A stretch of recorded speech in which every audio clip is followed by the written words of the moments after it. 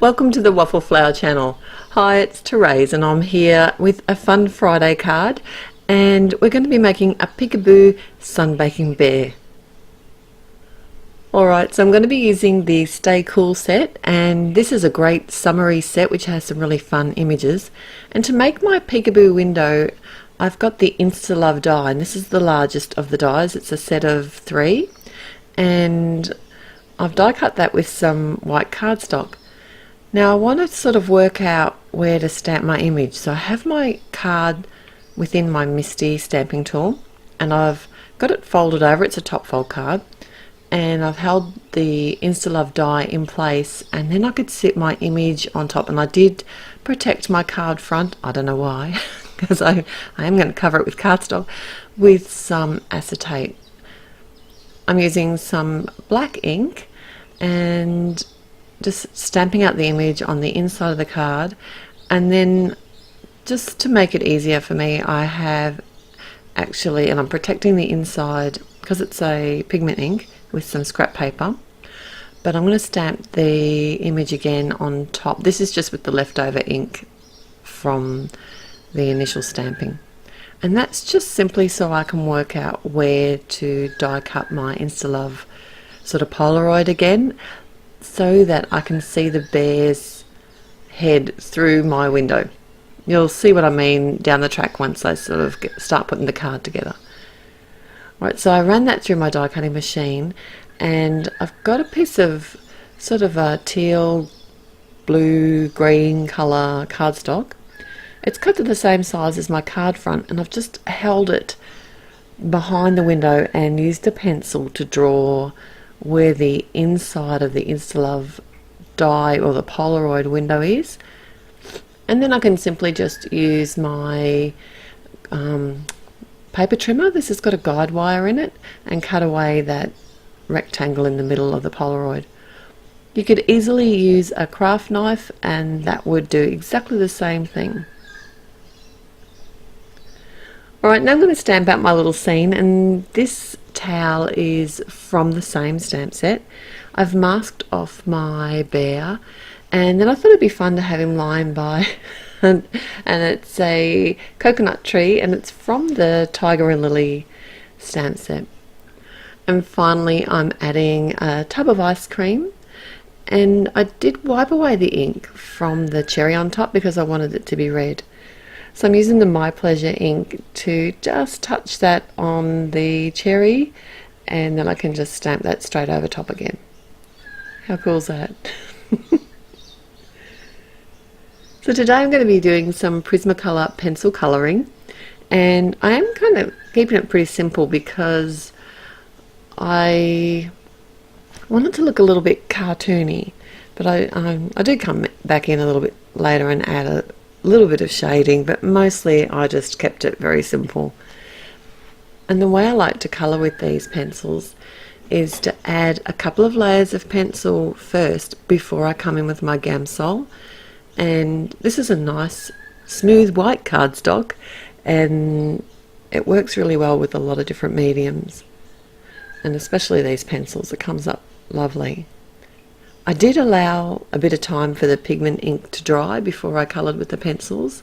You could also just lightly heat set it with your heat tool if you wanted to do that before you started colouring, just to make sure the colours didn't bleed, but I didn't have any problems here. So I wanted to keep the bear quite a light colour because I wanted him to look like he was a bit sunburned, like he's been sitting out in the sun too long, in the Australian sun. So we actually have UV warnings here. If you go and check the weather reports, it'll actually tell you how many minutes it's going to be until you get burnt if you're sitting out in the sun. And sometimes it's like 10 minutes. It's not very long. Even on a non-sunny day. It's so not fair. Alright, so back to the card. I am using Prismacolor pencils today because I didn't want them to come through. This is directly on the inside of my card, my little scene, and I didn't want to be able to see anything through the back of the card, and I didn't want to have to cover it with anything. So a really good choice is Prismacolor pencils because they're easy to use, and then I can actually turn the card over and you can't see, like the Copics would bleed through the actual cardstock. So I'm layering up the colours, just choosing some fun summery colours, using my blending stumps. I do keep a blending stump for each sort of colour family because the stumps are really cheap and I'm really lazy. I don't want to have to sharpen them or clean them every time. So for me to clean my stumps, you might see like what I do, add the Gamsol and just wipe it onto the white paper that I'm leaning on, just off to the side, so I end up with really messy paper, but you probably can't see it here because I sort of do it off camera, and just that will just take enough colour off the blending stump so that I can use it on the colour that I'm actually colouring at that point in time.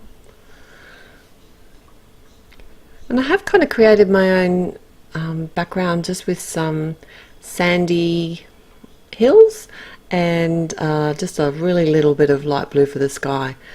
So I'd probably have to write my sentiment beneath this, otherwise you could always write it on the inside of the front or add a little post-it note and decorate that, and that can be removed. Because I coloured the cherry with the ink and then again with the pencil, I did have to come back and outline it with my black Prismacolor pencil so that it kind of matched the rest of the image. And my bear's belly, I didn't really like the colour I'd coloured my bear, so I did come back in with a warmer brown just to add a different shade, and that's another great thing about Prismas.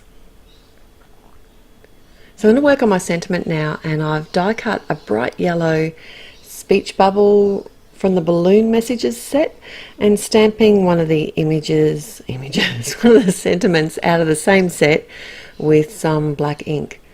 I did kind of hold it against the window so that I knew that the speech bubble would be kind of facing the right way when I stamped it out.